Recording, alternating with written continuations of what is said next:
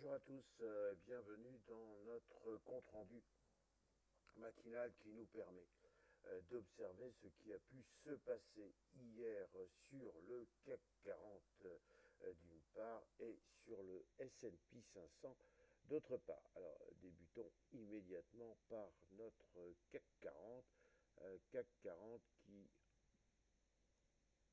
on le voit, n'a pas véritablement progressé puisque et il s'est octroyé une toute petite hausse de 0,18%. Alors il est au-dessus des 6600 points. Et me direz-vous, il est aussi bien au-dessus des 7505 points.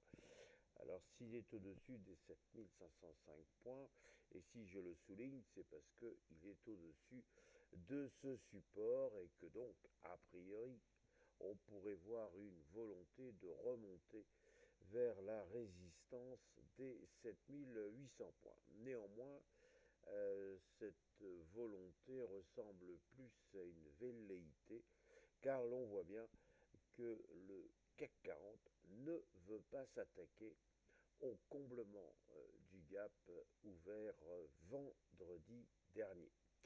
Alors pourquoi il ne veut pas? Eh bien tout simplement parce que les acheteurs sont en quelque sorte sonnés parce que c'est aujourd'hui qu'entrent en vigueur les fameuses taxes imposées par M. Trump. Et l'on sait que le mot imposé est presque faible puisque l'Europe s'est quasiment couchée et nous allons donc subir, nous Européens, eh bien, une hausse de 15% pour tout ce qui est exportation. Donc ce que nous allons exporter, eh bien, il va falloir tenir compte de ces fameux 15% et de nombreux secteurs industriels ou vinicoles vont incontestablement souffrir. Alors, est-ce qu'aujourd'hui, on va essayer quand même de se reprendre un petit peu, se faire à l'idée qu'encore une fois, il y a maintenant une généralisation des taxes douanières, c'est ce que nous allons voir, mais il faut bien craindre qu'effectivement le coup de massue reçu vendredi puisse encore une fois atteindre des acheteurs, lesquels sont, si l'on reprend l'image du boxeur, toujours sur le tapis, incontestablement.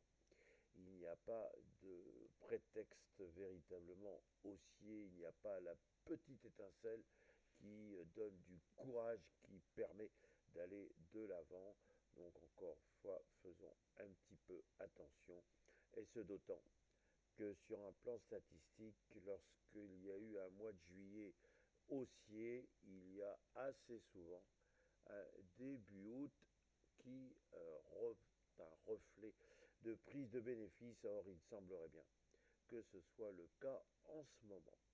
Alors, si maintenant nous allons naviguer du côté du S&P 500, eh bien notre brave S&P 500, lui, il va un petit peu mieux.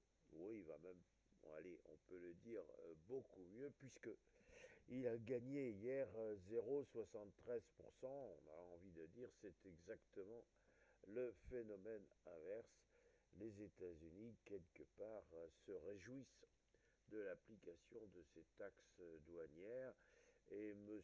Trump, bien évidemment, y est allé de son cocorico, si l'on peut dire qu'un président américain fait du cocorico. Toujours est-il que du fond de son bureau ovale, eh bien, il se félicite. Il a les yeux de l'oncle Picsou qui voit des milliards de dollars qui vont arriver. Bref, le monde entier va lui permettre des rentrées absolument fabuleuses de là.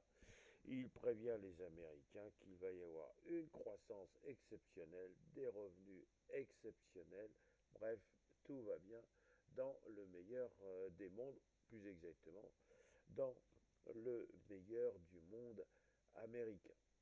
Alors notre S&P 500, il nous dessine une belle bougie verte qui finit finalement de combler le gap de vendredi dernier. Donc on voit bien la différence entre le CAC 40 et le S&P 500. Le S&P 500, lui, a comblé son gap. Est-ce qu'il va avoir la force d'aller retrouver ses plus hauts historiques? Pour l'instant, ce n'est pas encore tout à fait certain. La seule chose que l'on peut dire, c'est que la reprise enregistrée hier est assez tonique et donc a priori, nous avons des acheteurs qui, eux, sont en train de se débarrasser de leur timidité. Donc nous avons un S&P 500 qui est encore une fois dans de bonnes dispositions et il est vrai que cette guerre menée par M. Trump sur le front des taxes douanières, bien cette guerre semble-t-il est pour le moment gagnée par les États-Unis, mais la grande inconnue, c'est toujours les soubresauts imposés par M. Trump. Qu'est-ce qu'il va encore venir chercher? Certaines personnes un peu sévères avec lui viennent dire chaque fois qu'il joue au golf, entre deux coups, il lui vient une idée et dès le lendemain, eh bien, c'est une espèce de pause, ou plus exactement, des employeurs, des patrons qui sont en train de mal dormir parce qu'ils ont besoin de sérénité, ils ont besoin de quiétude et on ne peut pas dire qu'avec M. Trump, il soit servi. Donc encore une fois, tant que l'on ne va pas rejoindre la zone des 6400 points, on reste encore un peu prudent, même si il y a eu hier une hausse de 0,73%. Aujourd'hui, il n'y aura pas grand-chose à se mettre sous la main, si ce n'est les traditionnelles données hebdomadaires du chômage. Donc voilà nos réflexions du jour, à savoir un espèce de grand calme plus ou moins promis, et ce des deux côtés de l'Atlantique. Que me reste-t-il à faire? Vous souhaiter une excellente journée, bien évidemment, et vous dire à demain.